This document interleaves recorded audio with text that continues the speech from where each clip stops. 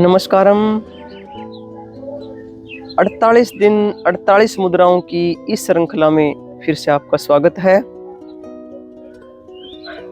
तो अब जब हम मुद्राओं की निरंतरता के साथ बात कर रहे हैं तो आप ये जान लें कि जो हमारे योगी जन हैं उन्होंने मुद्राओं की अनुभूति शक्ति प्रवाह के रूप में की और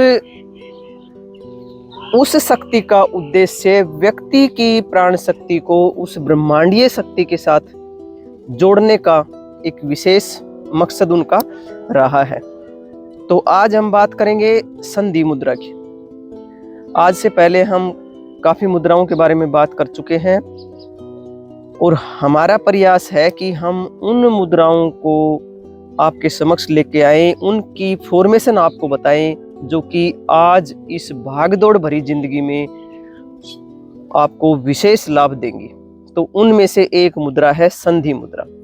तो जब संधि मुद्रा की फॉर्मेशन की बात कर रहे हैं तो संधि मुद्रा की फॉर्मेशन जब हम करेंगे तो इसमें अलग बात यह है कि इसके दोनों हाथों के तत्वों को जब हम मिलाएंगे तो अलग अलग मिलाएंगे। ये देखें, जैसे कि हमारा जो लेफ्ट हैंड है उस लेफ्ट हैंड में जब हम संधि मुद्रा की फॉर्मेशन करेंगे तो हमारा जो आकाश तत्व है और अग्नि तत्व है उसको मिलाएंगे, उनकी टो को मिलाएंगे, और जो हमारा लेफ्ट हैंड है उसमें जब इसकी फॉर्मेशन करेंगे तो हमारा जो पृथ्वी तत्व है और जो हमारा अग्नि तत्व है इन दोनों को मिलाएंगे।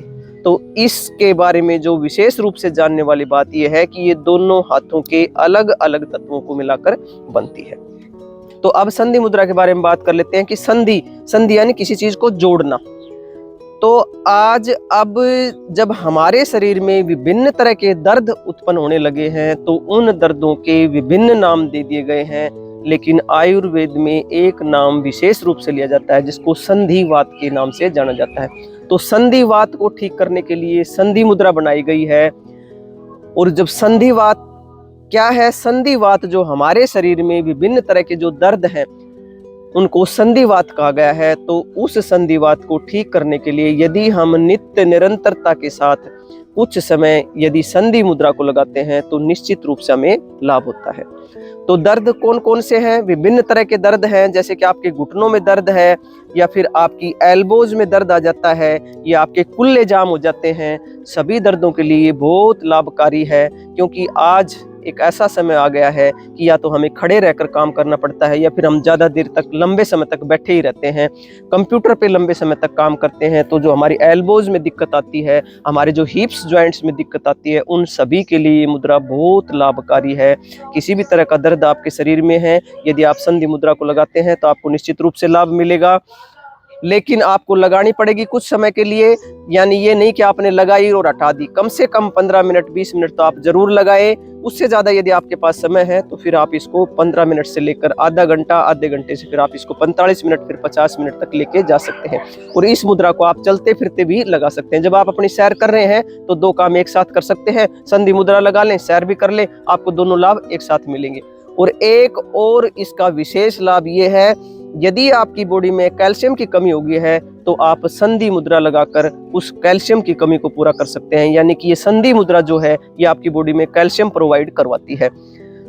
और संधि मुद्रा के बारे में इतना विस्तार से बताया गया है कि यदि आपका किसी भी तरह का जिद्दी दर्द है, अनवर्त दर्द है, लगातार आपको दर्द हो रहा है, ठीक नहीं हो रहा है, तो उस वक्त आप यदि मेडिकेशन के साथ संधि मुद्रा को लगाते हैं तो आप देखेंगे कि आपको कैसे चमत्कारिक रूप से इस मुद्रा का लाभ मिलता है। और भी ज्यादा लाभ यदि आपने लेने हैं तो इस मुद्रा के साथ 2 मुद्राएं और जोड़ दे, यानी कि आप 3 मुद्राओं का कॉम्बिनेशन कर लें, एक लिंग मुद्रा और एक प्राण मुद्रा। लिंग मुद्रा और प्राण मुद्रा के बारे में हमने पहले भी बताया है और आज हम दोबारा से उसको डिस्क्रिप्शन में डाल देंगे, तो आप लिंग मुद्रा के बारे में जानकर उसकी फॉर्मेशन लगा सकेंगे और इसी भांति प्राण मुद्रा की भी आप फॉर्मेशन सीखकर लगा सकेंगे। तीनों मुद्राओं का कॉम्बिनेशन आप मिलाकर देखें, कुछ टाइम के लिए आप इसको करके देखें, आपको निश्चित रूप से लाभ मिलेगा। तो मुद्राओं का लाभ लेने के लिए आप अपने तत्वों के बारे में जान लें, अपने इस शरीर के बारे में जान लें, क्योंकि मैं बार बार अपनी वीडियोस के माध्यम से अपने जो स्थायी योग स्थल चल रहे हैं उनमें ये बताती हूँ कि भाई यदि आपको योग करना है, ध्यान करना है, प्राणायाम करना है, मुद्राओं के बारे में जानना है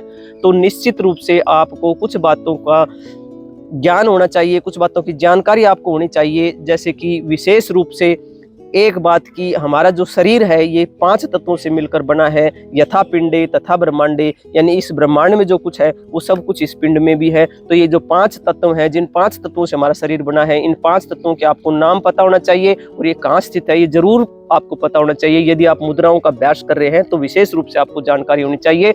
आपकी याददाश्त के लिए, आपको याद करवाने के लिए मैं दोबारा से आपको बता देती हूँ। ये हमारा जल तत्व है, ये हमारा पृथ्वी तत्व, ये हमारा आकाश तत्व, ये वायु तत्व और ये अग्नि तत्व। तो अग्नि तत्व को बहुत विशेषता दी गई है, क्योंकि ये विशेष है, क्योंकि इसी के माध्यम से हम सारी मुद्राओं को लगा सकते हैं, इसी के माध्यम से हम सारी मुद्राओं का फॉर्मेशन कर सकते हैं। तो आज के लिए बस इतना ही। आप सभी के लिए बहुत प्रार्थना, आप सभी का आनंद में मंगल हो, आप सभी की स्वास्थ्य मुक्ति हो, हम सभी और हमारी आने वाली संतानें स्वस्थ रह सकें, शुद्ध प्राणवायु में सांस ले सकें, इसी बात के लिए हम निरंतरता के साथ प्रयासरत हैं।